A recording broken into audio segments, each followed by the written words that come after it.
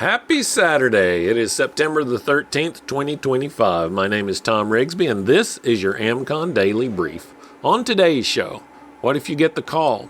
The school's in lockdown, and you can't reach your child, grandchild, or loved one. This is your AmCon Daily Sit Rep for September the 13th, 2025. Up first today, U.S. crude oil inventories are causing increased volatility in the energy markets. Reports from the Energy Information Administration show frequent surprises in inventory levels, leading to unpredictable shifts in supply and demand. This affects energy producers, refiners, and logistics sectors nationwide. Notably, regional discrepancies in inventory, such as those in Cushing, Oklahoma, illustrate localized challenges and opportunities in the sector. In other news, law enforcement officials are warning the public about criminals impersonating police officers. Several disturbing incidents have been reported nationwide, including suspects wearing police gear to deceive and exploit individuals. Authorities advise people to be cautious, verify identification, and call 911 if they suspect an impersonator. Remember to pull over in well-lit areas and remain calm during any police encounters. Turning to automotive news, Ford is recalling 1.9 million vehicles worldwide due to a malfunction with rear-view cameras. This recall covers models from 2015 to 2019, including the Mustang, Edge, and various Lincoln SUVs and trucks. The hardware issue causes distorted or blank rear-view displays, increasing the risk of accidents. Ford will notify affected owners and provide free camera replacements at authorized dealerships. Protest activity continues across several states today. Notable events include a benefit concert for Palestine in Seattle, fundraisers and awareness events in Los Angeles, and community gatherings in Central Florida. Members are reminded to maintain situational awareness during public events and report any suspicious activity to local authorities and the ISAT team. Looking at the weather forecast, thunderstorms will persist over the southern Rockies, High Plains, and South Florida, with scattered flash flooding and severe weather possible. A stationary front is expected to bring heavy to excessive rain to South Florida through Saturday, with localized and urban flooding risks. Cooler temperatures are anticipated west of the Continental Divide this weekend, while warmer weather will prevail across the central and eastern U.S. On the events calendar, several opportunities are coming up this weekend. The North Regional Campout, Training, and Adventure Challenge is underway in Central City, Iowa through September 14th. Broward County, Florida is hosting its monthly chapter meetup focused on outdoor skills today in Sunrise, Florida. Additionally, a home preparedness workshop on off-grid power solutions is scheduled in Berkeley Springs, West Virginia. Members can access the American Contingency Members-Only site to get the full report and more in-depth analysis of today's stories, along with practical preparedness tips, training opportunities, and resources to help you, your family, and your neighborhood stay crisis-ready.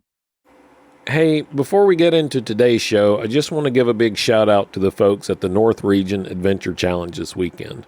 These events are great opportunities to get together, practice skills, and build real relationships. I hope y'all are having a great time.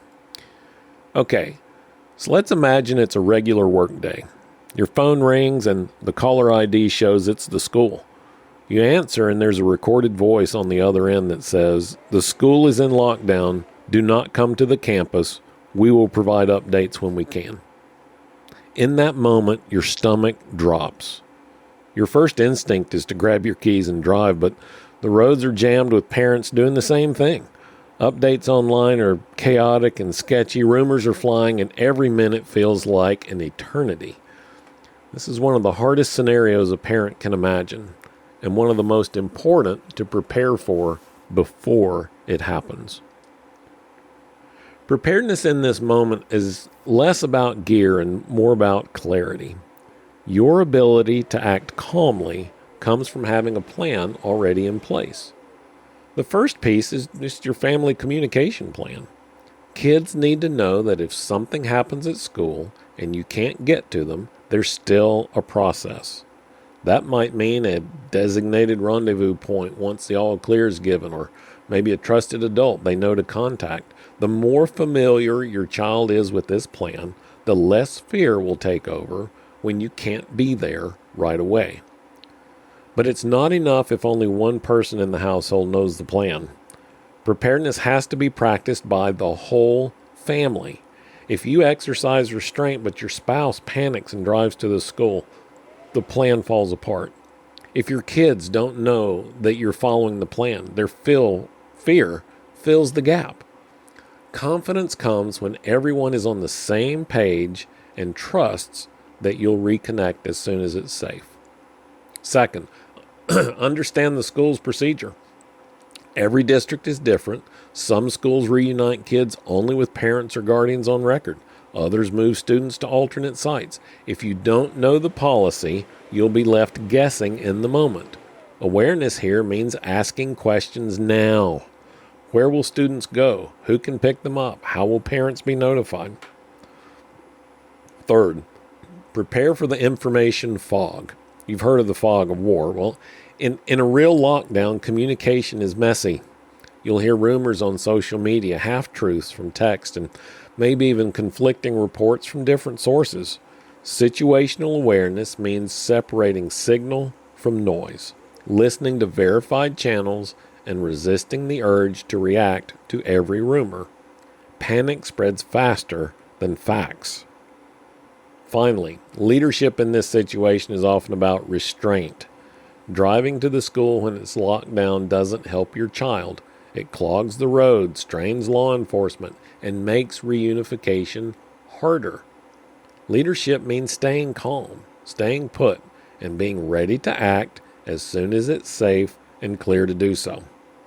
Hey, look, these moments are gut-wrenching, but preparation now, a plan, awareness of policies, and realistic expectations gives you and your family a lifeline through the chaos. So here's your challenge. This weekend, I want you to review your child's school emergency plan. Find out how lockdowns and reunification works, and then sit down with your whole family to walk through your own plan. It means nothing if you are the only one that knows the plan. The whole family must participate. It's one conversation today that can mean confidence instead of chaos tomorrow. All right, Sunday we'll step back and reflect on awareness as stewardship and bridging from family preparedness to community preparedness. Be sure and join us for that.